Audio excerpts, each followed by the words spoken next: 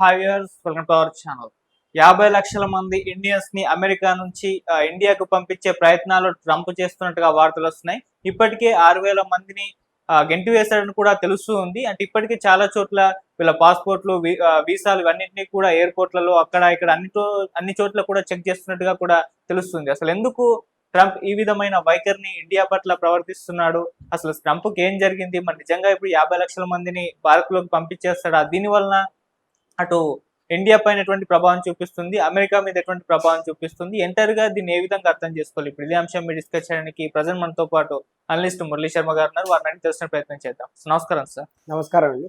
So గత కొంతకాలం నుంచి కూడా భారత్ కి అమెరికాకి మధ్య దూరాలు పెరిగిపోయినాయి, సంబంధాలు తెగిపోయినట్టుగా కనిపిస్తుంది. ట్రంప్ వైఖరి కూడా మనం చూస్తున్నాం. ఆల్రెడీ 200% టారిఫ్స్ పెంచుతానని చెప్పేసి వార్నింగ్ ఇచ్చాడు. ఇక్కడ పెట్టుబడులు పెట్టద్దని చెప్పేసి బిజినెస్ టైకూన్స్ కి వార్నింగ్ ఇస్తున్నాడు. ఇప్పుడు లేటెస్ట్ గా వచ్చిన న్యూస్ ఏంటంటే 50 లక్షల మంది ఇండియన్స్ ని అక్కడి నుంచి పంపించైపోతున్నాడు, గెంటైపోతున్నాడు అని తెలుస్తుంది. ఎందుకు ఈ విధంగా చేస్తున్నాడు? మరి ఇప్పుడు ఏం జరుగుతుంది ఈ 50 లక్షల మంది ఇండియన్స్ విషయంలో? నమస్కారం అండి. మీ మైనపాటి మురళీకృష్ణ.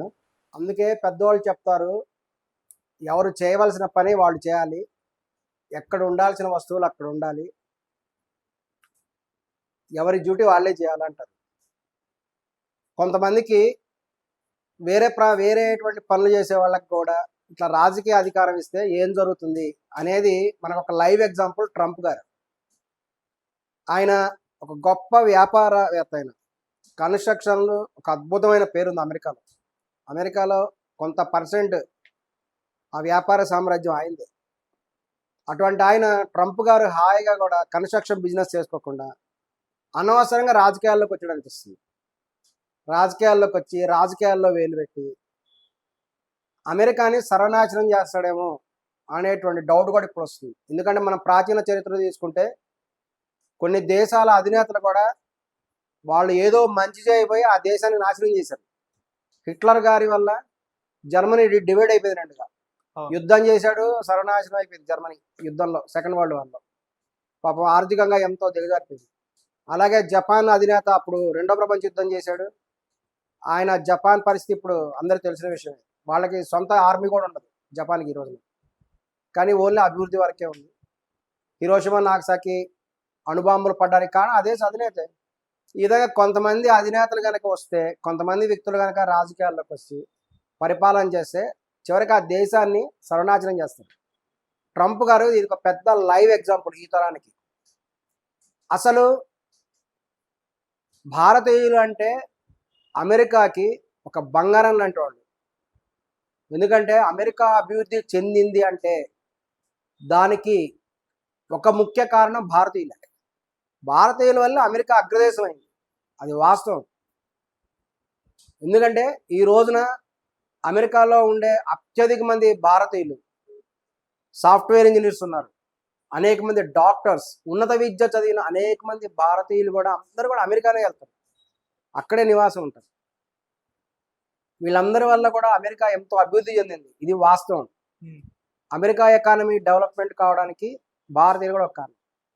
ఇంతకుముందు పరిపాలన చేసిన వాళ్ళు కూడా ఈ యొక్క భారతదేశ చెందినటువంటి సాఫ్ట్వేర్ వాళ్ళని వెనక్కి పంపించేద్దాం అని ప్లాన్ చేశారు.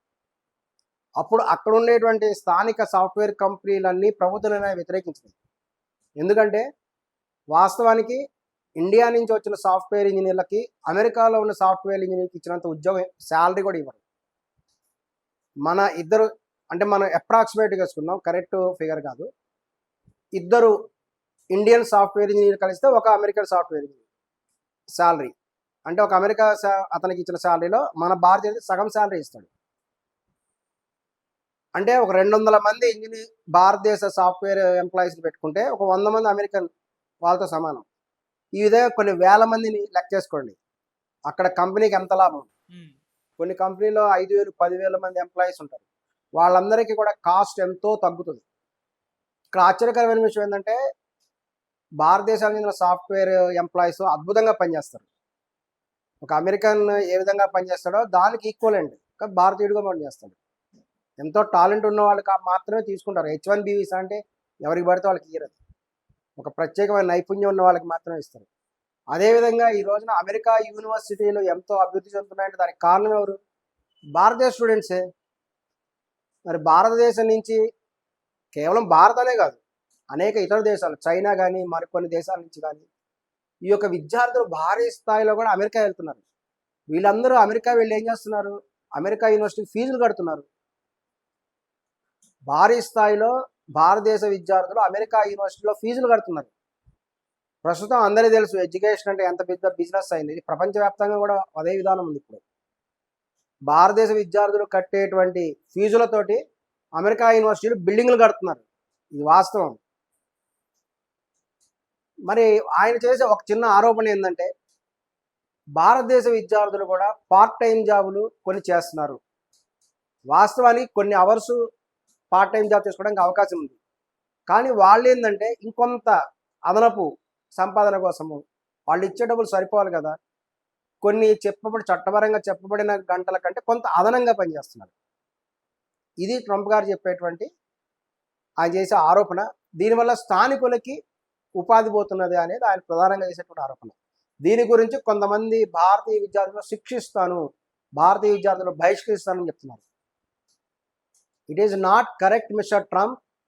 You have to punish your employers who gave part-time job opportunity to Indian students illegally. You have to punish your employers. భారతీయ విద్యార్థులు అంటే వాళ్ళు చిన్నపిల్లలు, తెలియని వయసులో ఉండేటువంటి వాళ్ళని శిక్షించడం ఏంటి? వాళ్ళు ఉద్యోగం ఎలా చేస్తున్నారు? ఇల్లీగల్గా కొంతమంది ఉద్యోగం ఇస్తేనే కదా వీళ్ళు ఉద్యోగం చేసేది. ఆ ఎంప్లాయర్స్ని శిక్షించాలి, విద్యార్థులను శిక్షించడం ఏంటి? మీ దగ్గర తప్పు పెట్టుకొని భారతీయులను ఎందుకు అంటున్నారు? మీ ఎంప్లాయీస్ని కరెక్ట్ చేసుకోండి, మీ చట్టాలను కరెక్ట్ చేసుకోండి.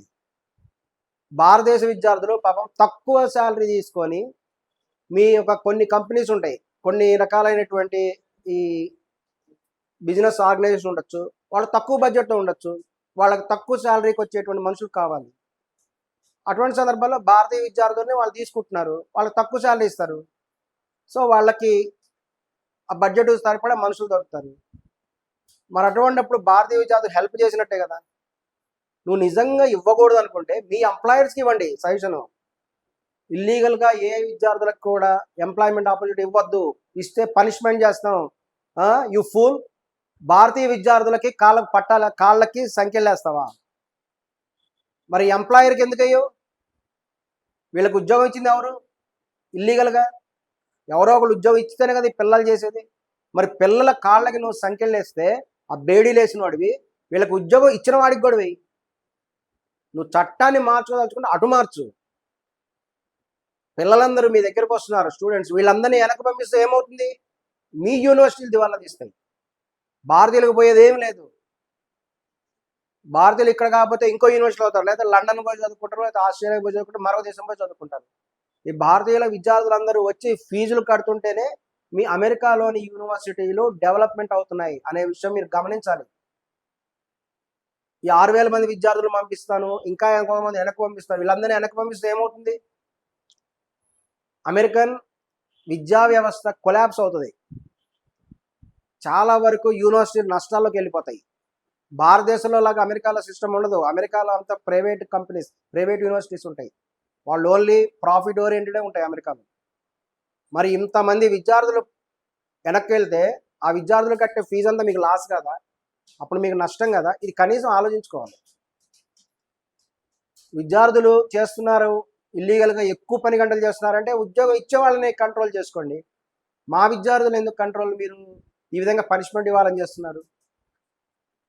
మీరు ఉండేది కొన్ని సంవత్సరాలే సార్. సంవత్సరాల తర్వాత ట్రంప్ ఉంటాడా? మహా 3 ఏళ్ళు ఉంటాడు అధికారంలో. తర్వాత ఆయన అధికారం అయిపోతుంది. అమెరికా రాజ్యాంగం ప్రకారం 2 సార్లే చేయాలి అధ్యక్షుడిగా. అక్కడ ఎక్కువ సార్లు మన దేశంలో లాగా నేను 10, 30, 40 సంవత్సరాలు చేస్తానంటే కుదరదు. అమెరికాలో ఎవరైనా 2 సార్లు అధ్యక్షుడు పదవి ఇస్తారు. మరి 50 లక్షల మందిని ఇండియన్స్ పంపించేస్తానంటున్నాడు. 50 లక్షల మంది ఇండియన్ పంపిస్తే ఏమవుతుంది? అమెరికా మొత్తం కొలాప్స్ అవుతుంది. అమెరికా ఎకనామిక్ సిస్టమ్ కొలాప్స్ అవుతుంది. ఇండియాకు కాదు నష్టం, ఇండియాకు జరిగే నష్టం ఇండియాకు జరుగుతుంది, కాదనట్లేదు.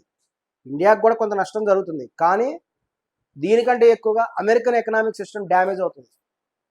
ఎందుకంటే ఇన్ని లక్షల మంది ఎంప్లాయీస్ పనిచేస్తుంటేనే మీ యొక్క ఆర్థిక వ్యవస్థ ఈరోజు నడుస్తున్నది. వీళ్ళందరినీ వెనక్కి పంపించేస్తే వీళ్ళు చేసేటువంటి సేవలు ఎవరు చేస్తారు?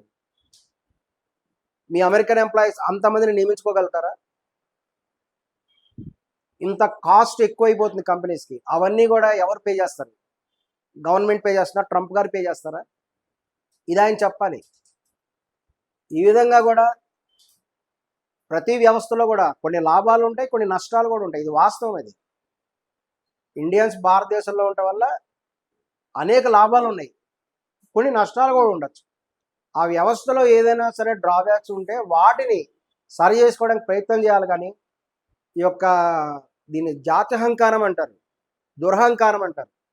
భారతీయులందరినీ 50 లక్షల మందిని బయట దేశానికి పంపిస్తాను, ఇంకా విద్యార్థులందరినీ వెనక్కి పంపించేస్తాను. పంపిస్తే who is the loser? America is the loser. ఇన్ని లక్షల మంది వెనక్కి వెళ్ళిపోతే అక్కడ బిజినెస్ అంత అల్లకల్లోలం అయిపోతుంది. ఇన్ని లక్షల మందికి భోజనాలు, వీళ్ళంతా రోజు అక్కడ భోజనం చేస్తారు, వీళ్ళు యాక్టివిటీలు చేస్తుంటారు, పర్చేజ్ చేస్తుంటారు. అమెరికాలో కొనుగోలు పడిపోతాయి. అమెరికాలో బ్యాంకింగ్ వ్యవస్థ దెబ్బతింటుంది, ఆర్థిక వ్యవస్థ దెబ్బతింటాయి, సాఫ్ట్వేర్ కంపెనీస్ దెబ్బతింటాయి, బ్యాంకులు దెబ్బతింటాయి. అమెరికా ఆర్థిక వ్యవస్థ కొలాప్స్ అయ్యే అవకాశం ఉంది. కాబట్టి భారతదేశంలో కొన్ని వ్యవస్థలో ట్యాక్సులు పెంచారని చెప్పేసి మీరు ట్యాక్సులు పెంచడం, మీకంటే ముందు అనేక మంది చేశారు. ట్రంప్ గారు ఈ విషయం గుర్తుపెట్టుకోవాలి. ట్రంప్ గారు ప్రజెంట్ అమెరికా అధ్యక్షుడు, ఈయనకంటే ముందు చాలా మంది చేశారు కదా. వాళ్ళందరికీ ఈ ఆలోచన రాలేదా? వాళ్ళందరూ కూడా తెలివైన వాళ్ళే. అందరూ ఆలోచించి అమెరికా అనేటువంటిది ఇంకా డెవలప్మెంట్ అవ్వాలి, ఇంకా కూడా ఎంప్లాయీస్ ఇక్కడ రావాలి, ఇంకా విదేశీయులు వచ్చి పెట్టుబడి పెట్టాలి, ఇంకా అనేక మంది విద్యార్థులు వచ్చి జాయిన్ అయితే మీ యూనివర్సిటీస్ డెవలప్ అవుతాయి, మీ ఆర్థిక వ్యవస్థ డెవలప్ అవుతుంది. ఆ విధంగా ఆలోచించాలి. కానీ ఇండియన్ వెనక్కి పంపిస్తే నష్టపోయేది అమెరికన్సే అనే విషయం ట్రంప్ గారు గమనించాలి. ఆ విధంగా కూడా ట్రంప్ గారు వ్యవస్థలో ఉండేటువంటి లోపాలను సరిచేసి భారతదేశ సహకారం కూడా ఎప్పుడు కూడా తీసుకుంటారని కూడా భావిస్తుంది. Right sir, thank you so much.